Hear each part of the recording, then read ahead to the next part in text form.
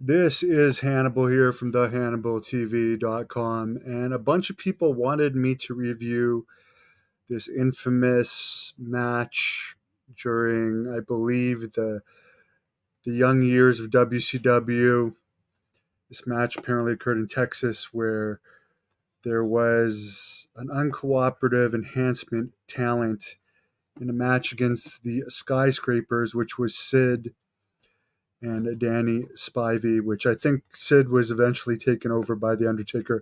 But before we watch it, let's hear what Danny Spivey told me about this match when I asked him about it.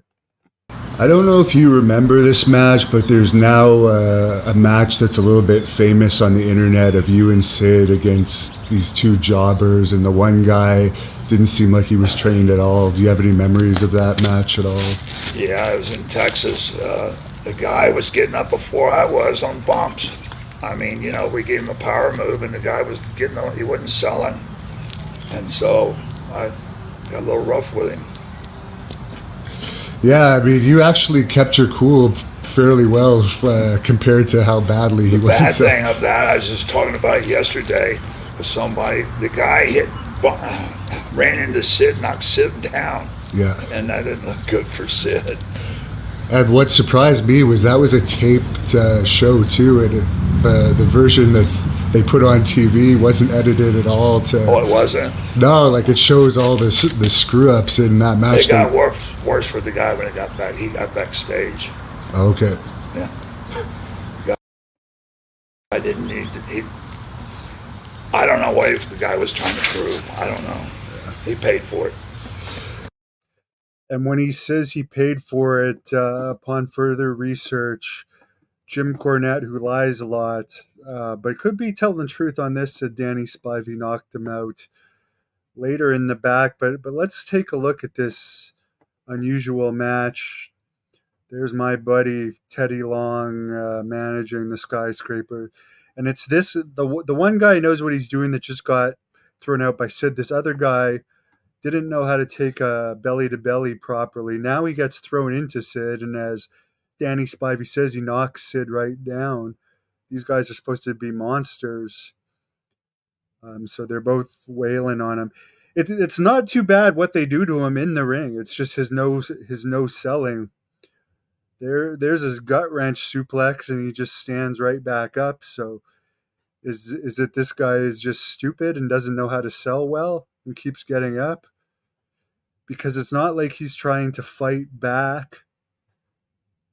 It seems more of an annoyance than anything. There's a double power bomb where they just jump right on him. Is that Norman the lunatic on the outside? Now here we see Sid is really mad and starts going after him, kicks him in the face, throws him to the outside. Teddy Long is trying to calm it down a bit. There's Danny Spivey, kicks him right in the face, forearms him in the face, gets him in a front face lock.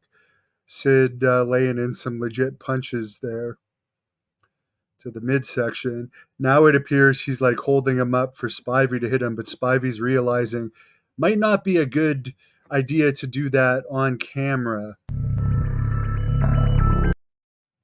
In case there's a lawsuit out of it or something. So as Spivey said, he probably handled it in the back.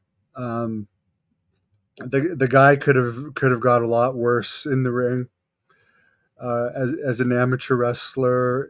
If neither those guys are both tough, and I love both of those guys, legitimate. I've been friends with Sid for like 17 years now. Great guy. People were just jealous of him, and he didn't care about wrestling. So people were mad that he saved his money, and then when he wanted to go off and play softball, well, they still had to work, and he made more money than Ric Flair. Didn't ever get divorced, had a good family, lives a great life. He's a farmer now. People are just jealous of that. Danny Spivey is a man's man, legitimately tough guy. But I don't think neither was an amateur wrestler. I definitely would have taken that guy down and punished him a little bit more right there in the ring. But I'm sure Spivey did that in the back. But yeah, I don't know if that guy was doing it on purpose. I think he might have just been a complete idiot or extremely green to not know how to sell. Or WCW was known for putting guys in there that were not hardly trained at all, as Rick Steiner told me. So, and I'm gonna find this match, okay? I found my box of old WCW tapes. This match is not out yet. I haven't seen it posted online anywhere. I have it in my collection of WCW tapes.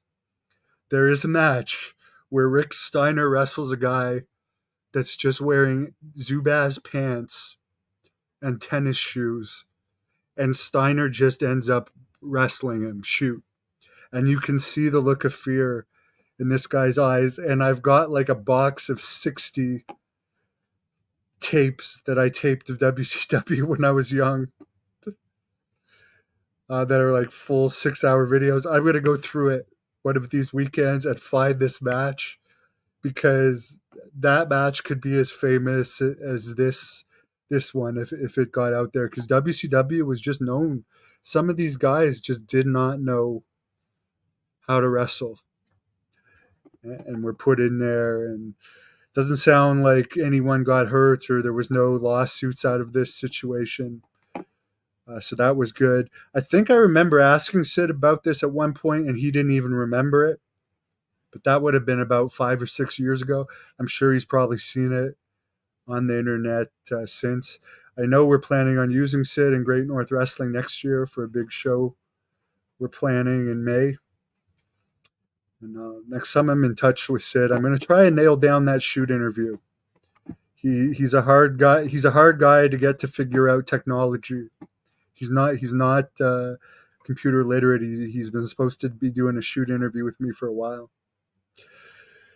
Ronnie Garvin, he would have handled the situation too.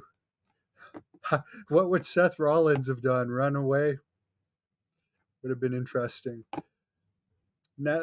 Seth was lucky in his situation that the referees and security were there after the guy took him down. He didn't get beat up any worse. But shout out to Dangerous Dan, the left-hand man. Thank you for watching the Hannibal TV. Please like this video if you enjoyed it, and click the subscribe button to not miss any of our latest shoot interviews, match videos, or news updates. Follow us on Twitter